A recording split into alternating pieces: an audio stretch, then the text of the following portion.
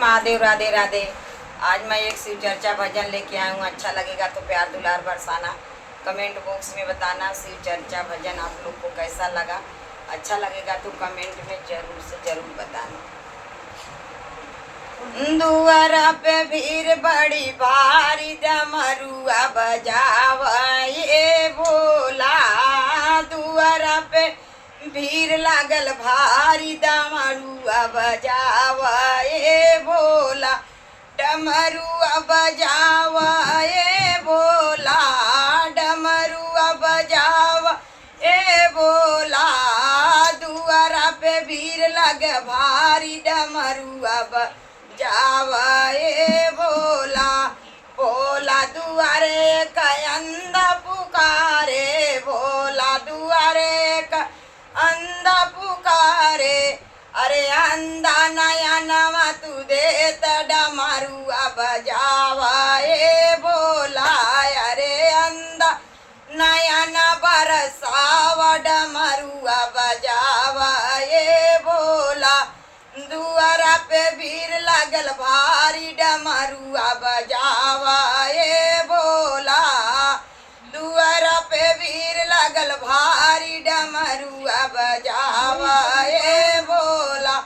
भोला दुआरे एक बाजिन पुकारे, भोला दुआरे एक बाजिन पुकारे। बाजिनी की गोद भरी देत, डमरुआ बजावा ए भोला। बाजिनी का गोद भरी देत, डमरुआ बजावा ए भोला। दुआरा पे भीड़ लागल भारी, डमरुआ बजावा ए भोला।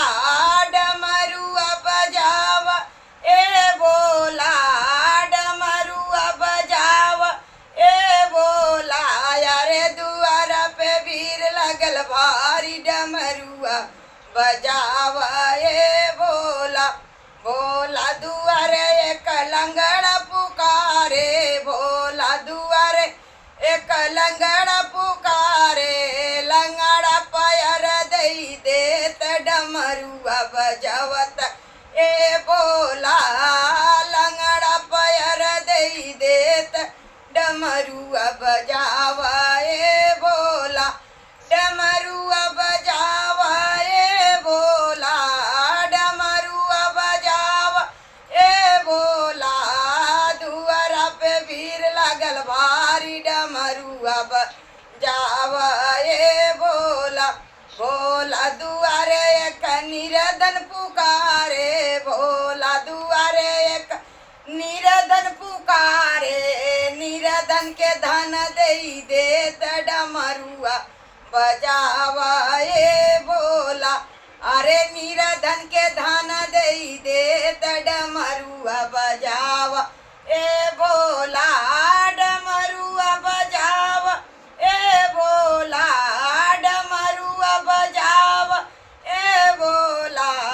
निरधन के धन दई देत, डमरुआ बजावा ए भोला। दुआरा पे भीड़ लगल भारी, डमरुआ बजावा ए भोला। दुआरा पे भीड़ लगल भारी, डमरुआ बजावा ए भोला।